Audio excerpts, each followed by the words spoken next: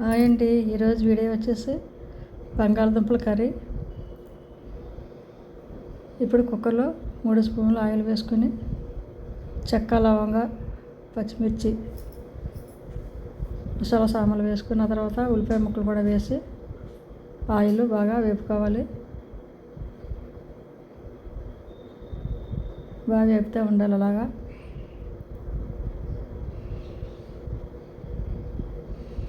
బంగాళదుంపలో skin తీసేసి నీట్గా చెక్కుకున్న తర్వాత ముక్కలు కట్ చేసుకోవాలి.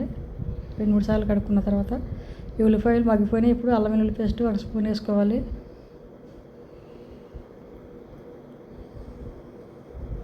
ఈ కర్రీ చపాతీలో కట్ట చక్కగా బాగుంటుంది, అన్నంలోకి కాకుండా.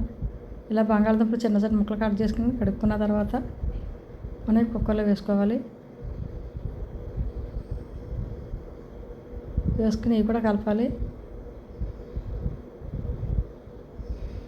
మనం కుక్కర్లో మసాలా దినుసులు, అల్లం వెల్లుల్లి పేస్ట్ వేసాం కదా, ఈ బంగాళదుంప ముక్కలకు పట్టేటట్టు తిప్పుతూ ఉండాలి. అలా కలుపుకుంటే బాగా పడుతుంది. తర్వాత నిమిషం మూత పెట్టుకుని తర్వాత మూత తీసి చూసుకొని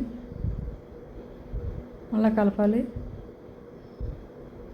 తర్వాత 1 స్పూను సాల్ట్ వేసుకోండి. మీ టేస్ట్కి తగ్గట్టు చూసుకుని వేసుకోండి. బంగాళదుంపకి ఉప్పు ఎక్కువ అయితే బాగోదు, మరి చూసుకుని వేసుకోవాలి. 1/2 స్పూను పసుపు,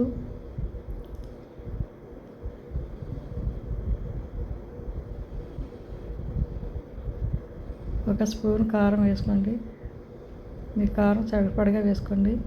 కొందరు ఎక్కువ తింటారు, కొందరు తక్కువ తింటారు, చూసుకుని వేసుకోండి. పచ్చిమిర్చి వేసుకున్నాం కనుక ఆలు కూరలో ఎక్కువ కారంగా ఉండకూడదు. మూత పెట్టి మరో 2 నిమిషాల నుంచి మూత తీసి కలుపుకోవాలి మరోసారి.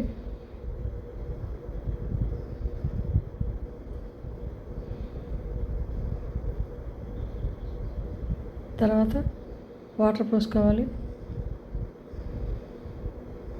1 గ్లాస్ వాటర్ పోసాను. ముందుగానే మగ్గిపోయినాయి కనుక బంగాళదుంపలు తొందరగా ఉడికిపోతే 1 గ్లాస్ వాటర్ సరిపోతుంది.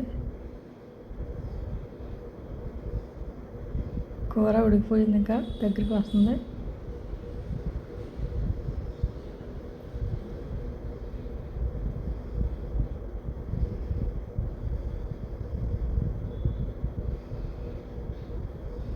అలా నీళ్ళని విగిరేదాకా మనం వండుకోవాలి. తర్వాత కొత్తిమీర, కరివేపాకు, పుదీనా కట్ చేసుకుని వేసుకోవాలి.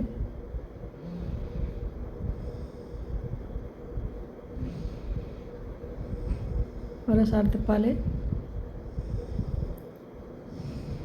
కూర రెడీ అయిపోయింది. మీరు కూడా ట్రై చేయండి. మీకు ఎలా వచ్చిందో కామెంట్ చేయండి, షేర్ చేయండి, సబ్స్క్రైబ్ చేయండి.